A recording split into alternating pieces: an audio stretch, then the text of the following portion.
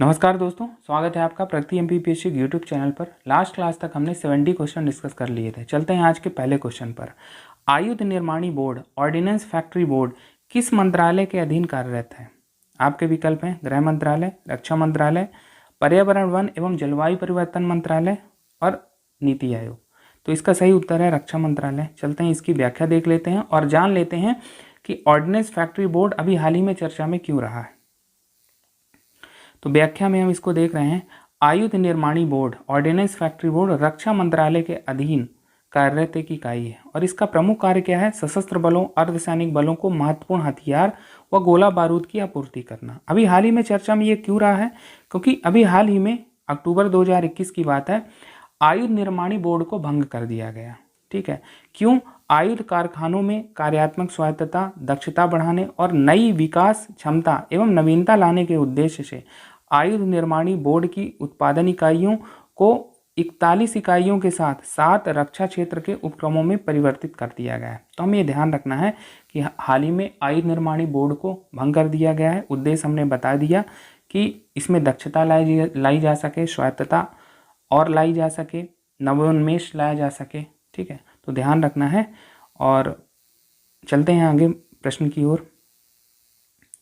हाल ही में किन दो योजनाओं का आपस में विलय कर दिया गया है? आपके विकल्प हैं DAY-NULM, PMFME, DAY-NULM, PMGSY। आपका तीसरा विकल्प है PMFME, PMGSY और अंतिम विकल्प है उपयुक्त में से कोई नहीं। तो इसका सही उत्तर है विकल्प ए DAY-NULM, PMFME। चलते हैं इसकी व्याख्या देख लेते हैं और जान लेते हैं कि इनका मतलब क्या है। तो DAY-NULM दीनदयाल अंत्योदय योजना, नेशनल अर्बन लिवलीहुड मिशन अर्थात राष्ट्रीय शहरी आजीविका मिशन, और दूसरी योजना है जिसका विलय कर दिया है आपस में PMFME और इसका फुल फॉर्म क्या है? PM formalisation of micro food processing enterprises. तो इन दो योजनाओं का विलय कर दिया गया। अब हम इनके बारे में जान लेते हैं कि इनका उद्देश्य क्या है और इनसे संबंधित मंत्रालय क्या है। तो DAY-NULM दीनदयाल अंत्योदय योजना, राष्ट्रीय शहरी आजीविका मिशन, इससे संबंधित मंत्रालय है आवास एवं शहरी मामलों का मंत्रालय। और इस योजना का उद्देश्य है कि शहरी गरीब परिवारों की गरीबी और शुभेद्यता को कम करना। PMFME के बारे में जान लेते हैं। PM formalisation of micro food processing enterprises, इससे संबंधित मंत्रालय कौन सा है?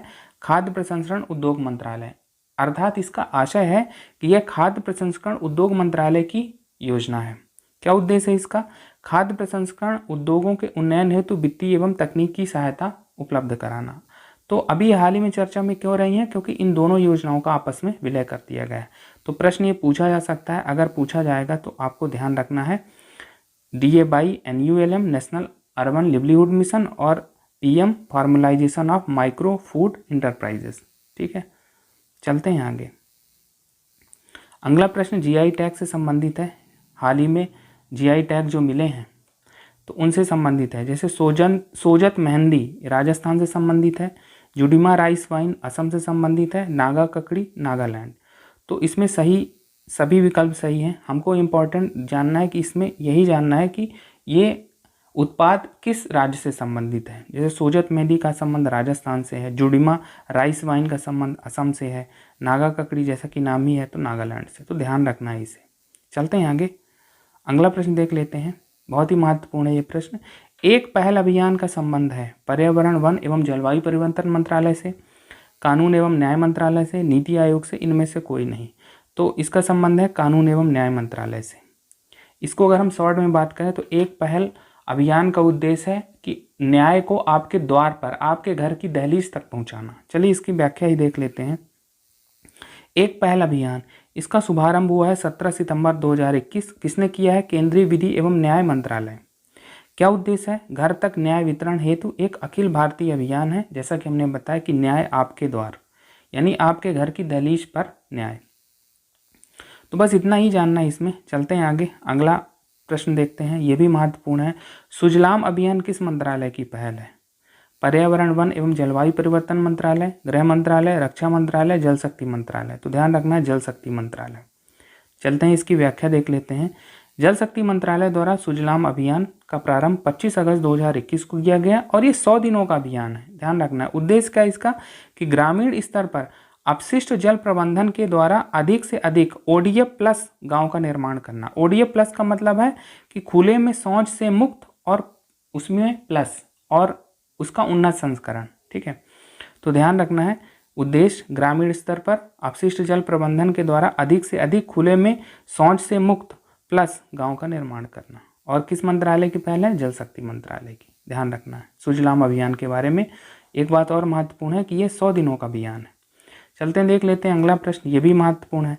विभाजन भयावह स्मरण दिवस, पार्टीशन हॉरर्स रिमेम्बरेंस डे कब मनाए जाने की घोषणा की गई है? आपके विकल्प हैं 13 अगस्त, 14 अगस्त, 15 अगस्त, 16 अगस्त। व्याख्या में इसके देख लेते हैं।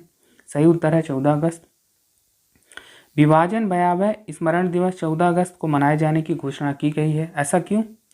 यह उत्सव 1947 में देश के विभाजन के दौरान लोगों के संघर्षों व बलिदानों की याद में मनाया जाएगा। तो ध्यान रखना है, बस इतना ही ध्यान कि ये जो विभाजन भयावह स्मरण दिवस है ये 14 अगस्त को मनाए जाने की घोषणा हाल ही में सरकार ने की है। चलते हैं आगे, अगला प्रश्न देख लेते हैं। अगला प्रश्न है AMER 9 की मेजबानी करेगा भारत, नेपाल, भूटान या बांग्लादेश? तो इसका सही उत्तर है भारत। हम जान लेते हैं कि AMER 9 का क्या मतलब है। AMER 9 का मतलब है 9th Asian ministerial energy round table और ये वर्ष 2022 में भारत में आयोजित होगी। तो ध्यान रखना है 9th राउंड टेबल है 2022 में भारत में और Asian ministerial energy round table है। चलते हैं आगे, अगला प्रश्न देख लेते हैं। मई 2021 में कितने भारतीय स्थलों को यूनेस्को के विश्व धरोहर स्थलों की अस्थायी सूची में शामिल किया गया है? आपके विकल्प हैं 5, 6, 7 और 8। तो इसका सही उत्तर है 6। जान लेते हैं कौन कौन से स्थल हैं। ये प्रश्न इस दृष्टि से भी महत्वपूर्ण है क्योंकि मध्य प्रदेश के 2 स्थलों को अस्थायी सूची में रखा गया है।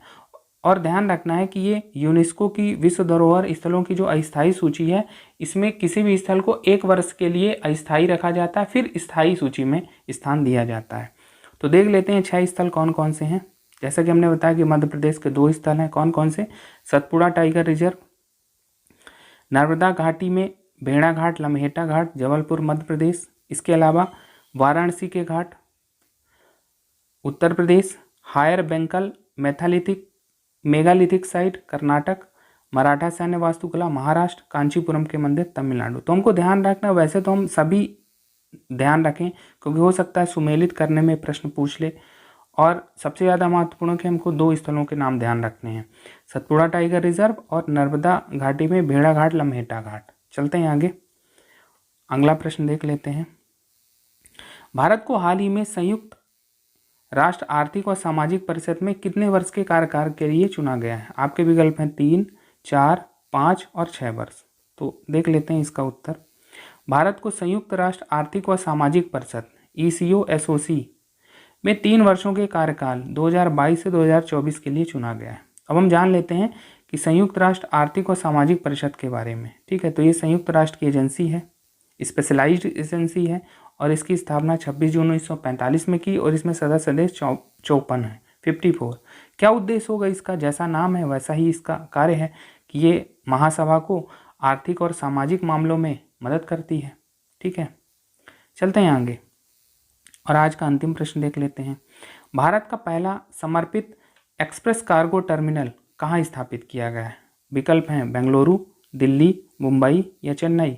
तो इसका सही उत्तर है बेंगलुरु। चलते हैं इसकी व्याख्या देख लेते हैं और जान लेते हैं कि ये जो समर्पित कार्गो टर्मिनल स्थापित किया गया इसका उद्देश्य क्या होगा, क्योंकि अपनी स्वभाव में पहला है इसलिए महत्वपूर्ण हो जाता है। देख लेते हैं। भारत का पहला समर्पित एक्सप्रेस कार्गो टर्मिनल बेंगलुरु के केम्पागोड़ा अंतर्राष्ट्रीय हवाई अड्डे पर स्थापित किया गया है। कब की बात है? मार्च 2021। क्या उद्देश्य है इसका?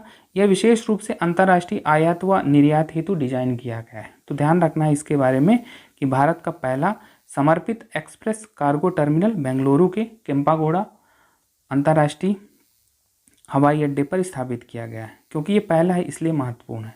तो इस प्रकार से आज भी हमने बहुत ही महत्वपूर्ण प्रश्नों को डिस्कस किया। तो इस लेक्चर में फिलहाल इतना ही। धन्यवाद।